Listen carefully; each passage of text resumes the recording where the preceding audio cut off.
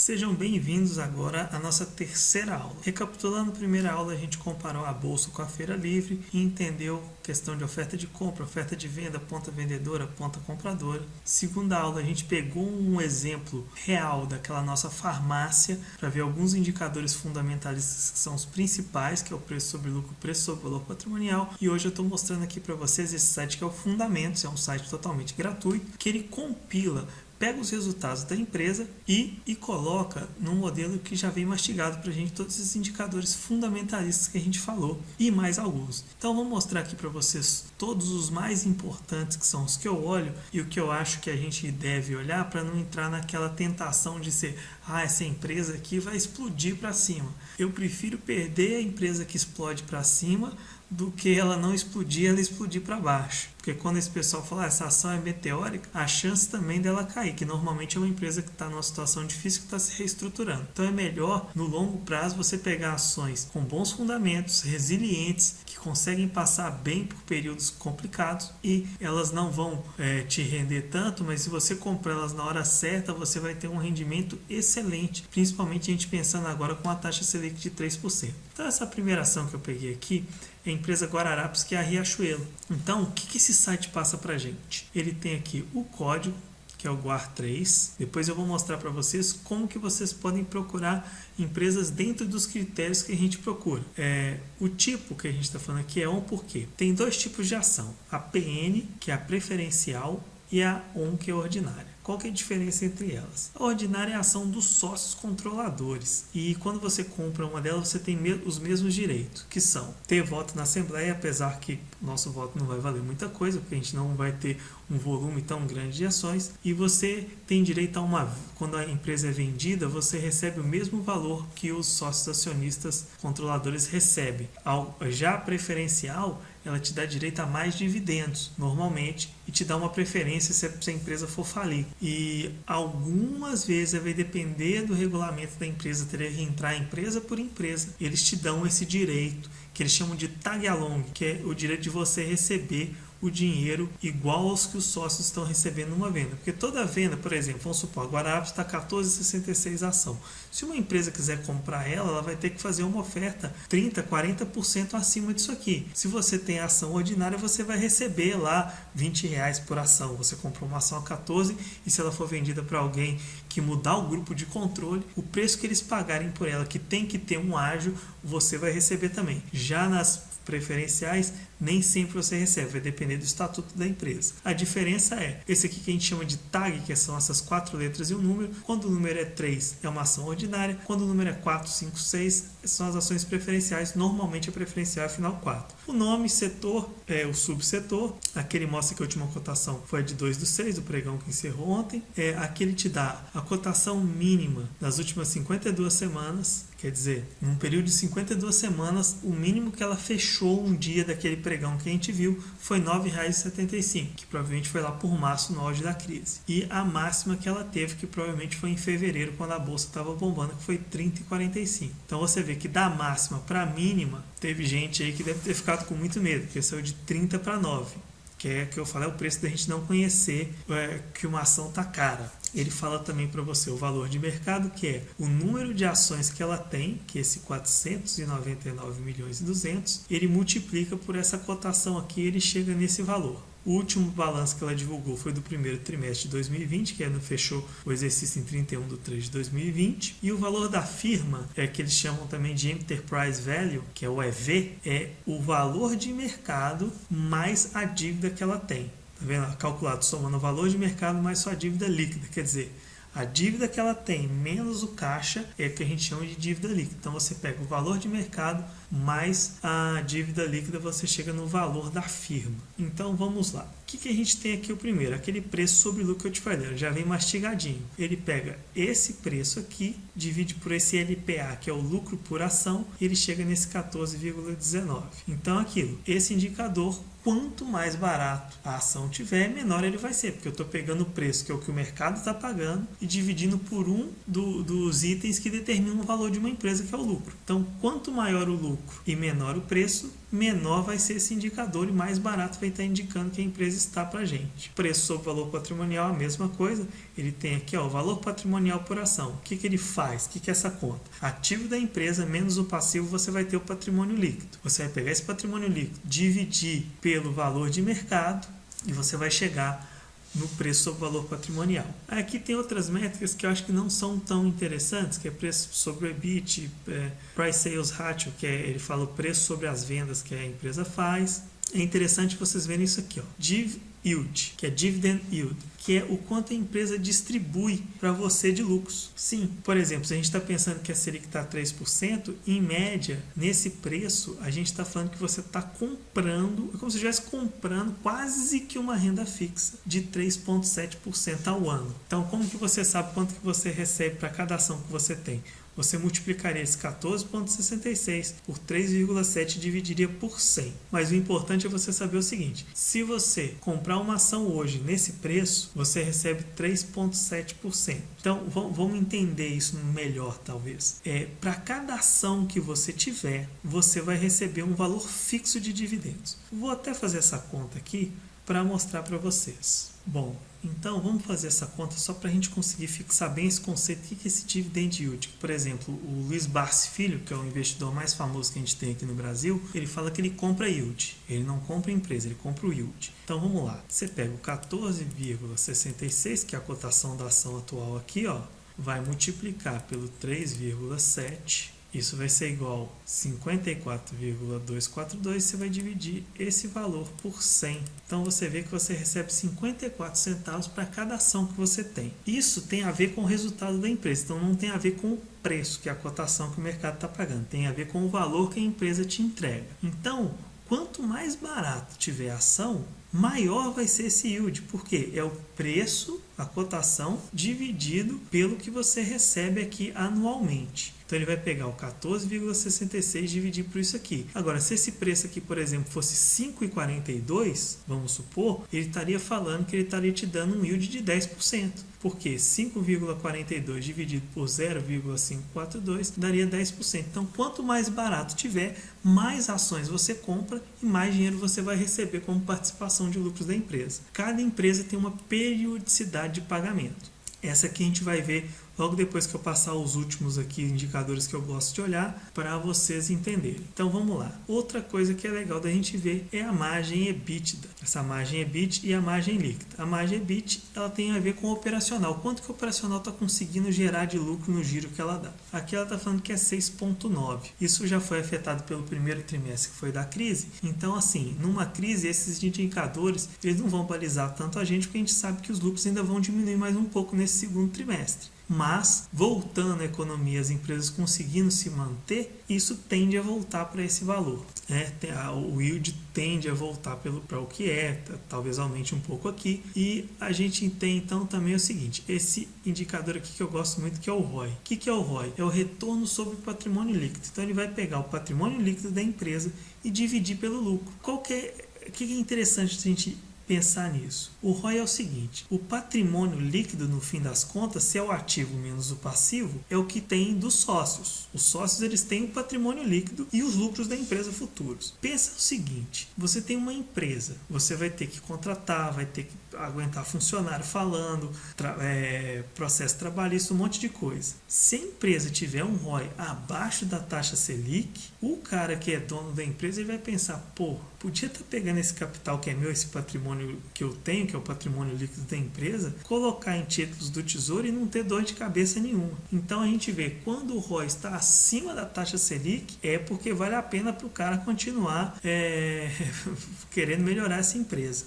Outro indicador que aí já vou mostrar a saúde da empresa é a liquidez corrente. No balanço patrimonial você tem ativos e passivos. Só que no ativo você tem o ativo circulante e o não circulante. Qual que é a diferença deles? O circulante é aquele que ele consegue transformar aqueles bens, imóveis ou veículos e direitos que são recebimentos que ele tem para ter de cliente, estoques, tudo aquilo, o ativo circulante é tudo aquilo que ele consegue transformar em dinheiro em um ano. Já o passivo circulante é aquilo que ele tem que pagar até no prazo de até 1 ano. Então, quando ele divide o ativo circulante pelo passivo circulante, que são as obrigações e os bens e direitos que ele consegue transformar em dinheiro no curto prazo, ele diz que ele é o seguinte, ele tem R$1,69 de ativo circulante para cada R$1 que ele deve de curto prazo. Então, quanto maior a liquidez corrente, maior a saúde da empresa. A outra é a dívida bruta sobre o patrimônio. Ele quer dizer que o patrimônio dele, certo? Se a dívida bruta dividido pelo patrimônio é um número menor que zero, isso está mostrando para a gente que o patrimônio líquido que a empresa tem é muito maior que a dívida. Então, ela conseguiria pagar essa dívida e sobrar dinheiro. Aqui, outras informações que ele já traz mastigadinho é quanto de ativo que a empresa tem, o que ela tem em caixa, que é aqui, ó, 1.342.000, o ativo circulante, que a gente falou que é aquele ativo que pode virar dinheiro em pouco tempo. Então, se você tem um ativo e tem um ativo circulante, não precisa calcular, mas se você quisesse saber qual que é o ativo não circulante, seria o ativo menos o ativo circulante, você teria o ativo não circulante. Dívida bruta, ele pega a soma de todas as dívidas que a empresa tem, e dívida líquida é o que? A dívida bruta menos o que ele tem em caixa. Ativo menos passivo, a gente tem o patrimônio líquido dela é positivo. Então, por exemplo, se a empresa resolvesse fechar tudo hoje, vendesse tudo e pagasse todas as dívidas, sobrariam 5.184.230.000. Então, a gente sempre tem que procurar empresas que tenham um patrimônio líquido positivo, que o preço em relação ao valor patrimonial esteja baixo, o preço em relação ao lucro esteja baixo, que paguem dividendos, até para a gente encarar isso realmente como você está virando sócio de uma empresa. E quanto mais barato a gente pagar para a empresa, melhor. E a gente vai ver que nos mercados eufóricos, como a gente viu no e-book, o preço sobre lucro do Bovespa fica muito alto e das empresas, óbvio, que são elas que compõem o Bovespa, vão ficar muito alto, muito acima do padrão. E agora que a gente já viu basicamente o que a gente precisa enxergar numa empresa, aqui também é só passar, ele mostra parte do demonstrativo de resultado, a receita líquida, quanto que deu de EBIT, que é o lucro, mas você exclui aquela parte de tributação, de juros que ela paga, e o EBIT não inclui, né? Ele deixa a depreciação e amortização ainda. O EBITDA ele ficaria maior do que esse valor, apesar que esse valor está negativo, porque a gente já viu, essa crise aí as empresas estão vendendo muito menos, principalmente vestuário. E aqui o lucro líquido, que também foi negativo. Outra coisa que mostra aqui também é como que ela oscilou no dia, no mês, em 30 dias, 12 meses e nos anos anteriores. Então, a gente está vendo aqui, por exemplo, esse preço sobre lucro 14,19, quer dizer, com os lucros que ela tem hoje, ela demoraria 14 anos para dobrar o patrimônio ou aumentar o patrimônio e distribuir o lucro para você. Eu vou mostrar uma armadilha que acontece, porque às vezes esse preço sobre lucro fica muito pequeno. Aí você vai falar assim, pô, quando a esmola é demais, o Santos desconfia. E é para desconfiar mesmo. Apesar que às vezes realmente a esmola é demais, que nem a gente viu no Banrisul na aula anterior. Então, o que a gente vai ver aqui? Ó? No demonstrativo de resultados, a gente vai ver que teve um período que o lucro dela subiu demais. Então, vamos aqui, ó, tá vendo? Aqui é um gráfico que mostra o lucro líquido. Olha como que ele subiu aqui no finalzinho de 2018. Então, o que acontece? A empresa ela tem o EBIT, que seria o operacional. Se a empresa tem um caixa além da dívida dela, ou se ela consegue fazer um investimento legal com esse caixa, ela tem um resultado financeiro também, que não tem a ver com a operação, ele tem a ver com as manobras financeiras que a empresa faz. Ela deixa lá de uma renda fixa, ela pode querer fazer algum investimento mais agressivo, não é normal as empresas fazerem isso, ou ela pode ter um benefício fiscal. No caso da Guararapes, o que aconteceu? Quando a empresa emite uma nota fiscal, ela tem que colocar os impostos, certo? Então ela pega lá o preço dela e embute os impostos para a gente ter que pagar como consumidor. Aí um dos impostos que ela paga é o ICMS. Então ela pega o preço dela, coloca o ICMS e aumenta o preço. Aí depois ela vai lá, antigamente ela fazia assim, ela pegava o preço dela, colocava o ICMS, então vamos supor que o preço dela é 10, aí quando colocava o ICMS ia para 11. Aí, em cima desses R$11, ela pegava o PIS/COFINS, que é um outro imposto que é federal, e calculava em cima desses R$11. O que as empresas fizeram? Elas entraram na justiça contra o governo falando o seguinte: esse PIS/COFINS teria que ser calculado sobre os 10, que é o preço do meu produto sem o ICMS, porque senão estou pagando um imposto em cima de outro. E o cálculo até então era feito em cima dos R$11, que já era os R$10 do custo mais R$1 do ICMS. Aí várias empresas ganharam essa ação na justiça e recuperaram tudo que elas pagaram para trás. Isso deu um resultado financeiro muito positivo nesse trimestre aqui, que foi quando ela ganhou. Então talvez você vai ver uma empresa que está com preço sobre lucro muito baixo e vai falar, pô, mas o que aconteceu? O que aconteceu foi isso. Ela teve alguma coisa que ela conseguiu na justiça, ou é uma empresa que tem uma dívida grande em dólar e o dólar caiu, então a dívida em reais dela cai, e ela tem que lançar isso como uma receita no demonstrativo de resultados, que faz ela ter um lucro astronômico naquele trimestre. E você fala, poxa, o preço sobre lucro está muito baixo. Então, sempre que você vê que o preço sobre lucro está baixo demais, confere aqui nessa parte aqui, que é o demonstrativo de resultados, para ver se aconteceu alguma coisa. Vamos ver aqui também qual que é a periodicidade que a Guararapes paga os dividendos. Então a gente vem aqui no dados históricos e tem os proventos. Aqui nos proventos a gente fala quais foram os dias que ela pagou, por exemplo, em 2019. Então ela pagou no mês 3, 27 do 3, no mês 4 do 4, 27 do 6, 30 do 9, 30 do 12. Então ela pagou 5 vezes por ano. Então cada empresa ela tem uma periodicidade que ela vai naquela parte dela fazer a gestão do fluxo de caixa dela. Outra armadilha que a gente tem, eu vou botar aqui a empresa Eternit, que, como a gente viu, o ROI é um indicador muito importante, certo? Se a gente olhar só o ROI dela aqui, a gente vai falar 11,5. Pô, é um ROI bom, se a taxa Selic está 3. Só que o que acontece? O ROI é o lucro dividido pelo patrimônio da empresa, certo? Só que se você tem prejuízo, que é um lucro negativo, e um patrimônio que está negativo, quando você divide um pelo outro, matematicamente isso dá positivo. Então te dá uma falsa impressão, porque esse ROI aqui ele é negativo. Se você tem patrimônio negativo e lucro negativo, a empresa não está boa. Aí vamos pensar agora em empresas da moda. Olha só para você ver. Empresas da moda. Magazine Luiza é uma empresa que está extremamente na moda, porque ela foi a empresa que saiu de R$1 para...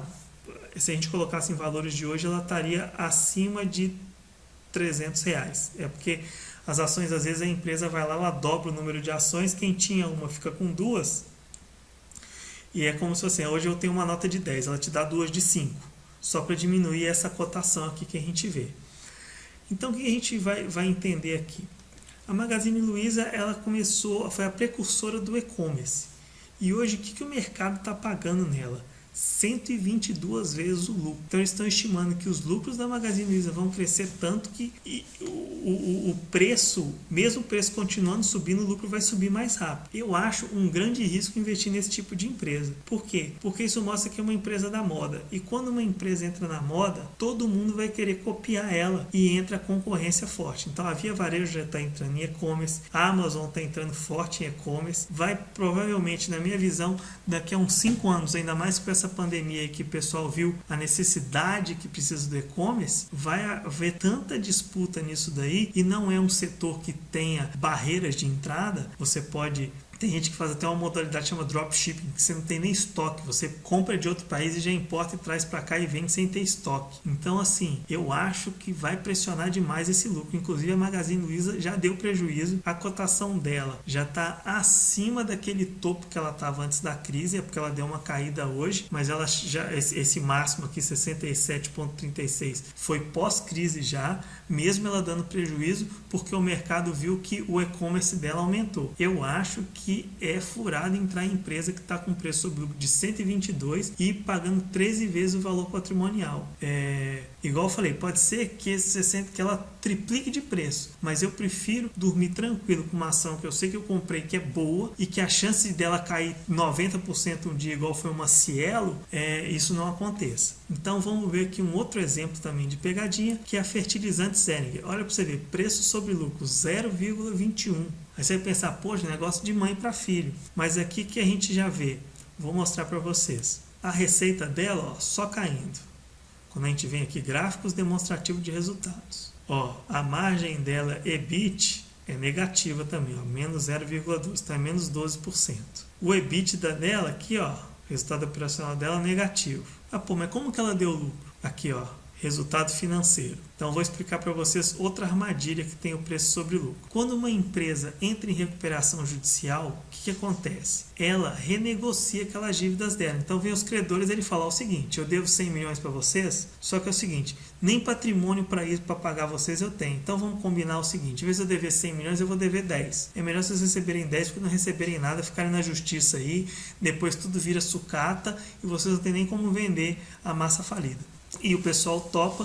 Então, quando você tem uma dívida que era de 100 milhões e ela vai para 10, você tem que lançar uma receita no demonstrativo financeiro, que é uma receita financeira no demonstrativo de resultados, que vai impactar e vai te dar um lucro alto. Aí você vai pegar aqui e vai falar, pô, tá muito baixo o preço sobre lucro, vou comprar. Não compra porque, primeiro, olha isso aqui, ó, às vezes você tem uma receita financeira que é exatamente isso da renegociação de dívidas. Então, gente, espero que vocês tenham gostado dessa aula. Eu vou falar para vocês, pouquíssima gente sabe isso que vocês estão aprendendo aqui.